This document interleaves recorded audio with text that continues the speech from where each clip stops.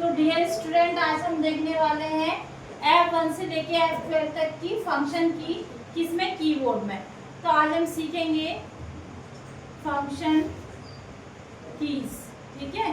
वो भी कौन सी, जो कि हमारे कीबोर्ड के टॉप में दी जाती हैं। कीबोर्ड के टॉप में एक रो होती है, उसमें क्या दी जाती है, फंक्शन की। अब हमें पता होना चाहिए जो 12 फंक्शन की होती है F1 से F12 तक की, उनका काम क्या होता है। सभी की क्या होती है, अपने आप में पूर्ण होती है। जैसे मान लो अभी आप कंट्रोल की प्रेस करो, क्या ओनली कंट्रोल की प्रेस करने से कुछ होता है? ओनली अल्ट की प्रेस करेंगे कुछ होगा? नहीं होगा। तो अपने आप में वो अधूरी है, इसीलिए उनको क्या बोलते हैं, मॉडिफाई। वो किसी ना किसी की के कॉम्बिनेशन से यूज की जाती है। लेकिन फंक्शन की क्या होती है, अपने आप में कंप्लीट होती है। अगर हम F1 प्रेस करते हैं तो उससे एक कंप्लीट कार्य हो जाएगा, तो एक पूरा कंप्लीट काम करती है।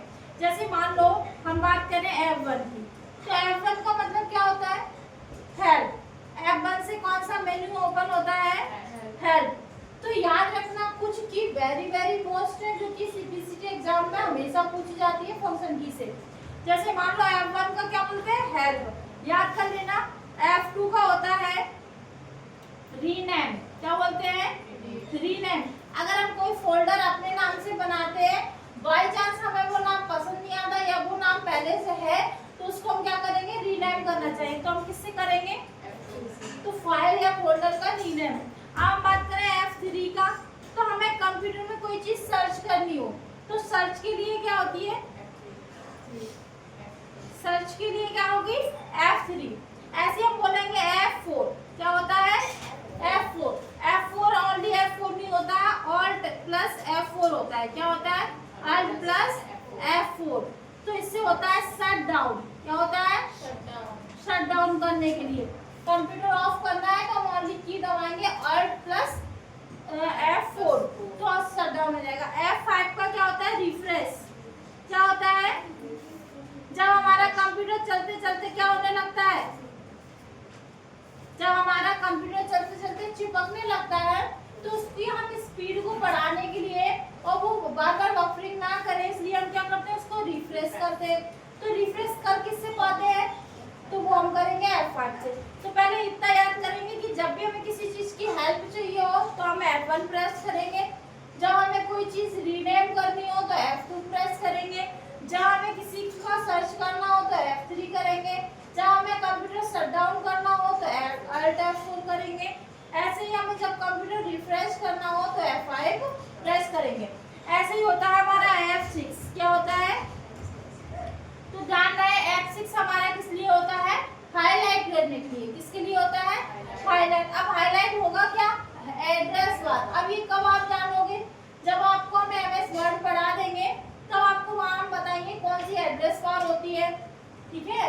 जब एक्सेल पढ़ाते तो जब एड्रेस बार हाईलाइट होती है तो वो किससे होती है, F6 से, ठीक है। तो एड्रेस बार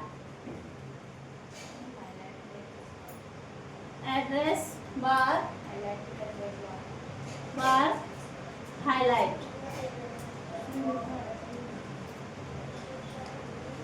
हमें बस इतना याद रखना है, हाईलाइट करना है किसको, एड्रेस बार का।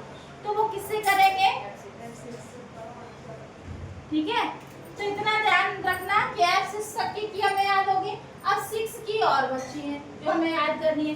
पहले होता है, इतना कंप्लीट याद हो गया, F1 से हेल्प, F2 से रीनेम, F3 से सर्च, Alt F4 से शट डाउन, F5 से रिफ्रेश, F6 से एड्रेस बार हाईलाइट। क्लियर है। अब वेरी वेरी मोस्ट है F7। देखो इसमें कौन कौन सी थी वो भी हम बता दें।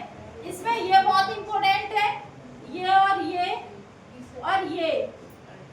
ये पूरी है, बस 6 नहीं है, ठीक है। ये 5 तक यहाँ तक है, सिर्फ ओनली 6 नहीं है। ये कई बार पूछी गई, F1 का, F3 का, F2 का, ठीक है। अब F7 की बहुत बार पूछी गई, स्पेलिंग एंड ग्रामर। क्या है, स्पेलिंग एंड ग्रामर। क्लियर है, यहाँ तक समझ में आई, बताइए। तो F8 किसका होता है? F8 होता है सिलेक्ट आइटम या वर्ड।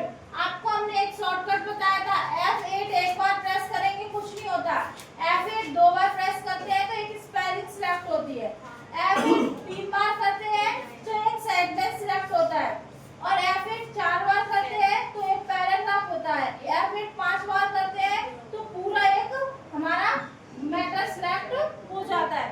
तो हम आपको यही बताना चाह रहे हैं सिलेक्ट आइटम या क्या है, सिलेक्ट टेक्स्ट के लिए इसका यूज किया जाता है। सिलेक्ट टेक्स्ट क्या लिख सकते हैं? सिलेक्ट टेक्स्ट करने के लिए F8 का यूज किया जाता है। यहाँ तक क्लियर है सबको? तो यही पता चल गया क्या होता है। F7 का वेरी मोस्ट F7 पूछा जाता है, स्पेलिंग एंड ग्रामर क्या होता है। अब हम बात करते हैं किसका, F9 का। F9 ज्यादा इंपोर्टेंट नहीं है। ईमेल जो होती है, आउटलुक पर ईमेल आती है, कौन से आउटलुक पर ईमेल का email receive and send.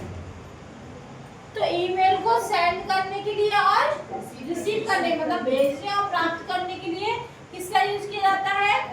F9। कभी कभी F6 का क्या किया जाएगा, जो वॉल्यूम होता है उसको इंक्रीज और डिक्रीज किया जाएगा। तो हमें याद रखना है, ज्यादा इंपोर्टेंट नहीं क्योंकि ये सबके अलग अलग होते हैं।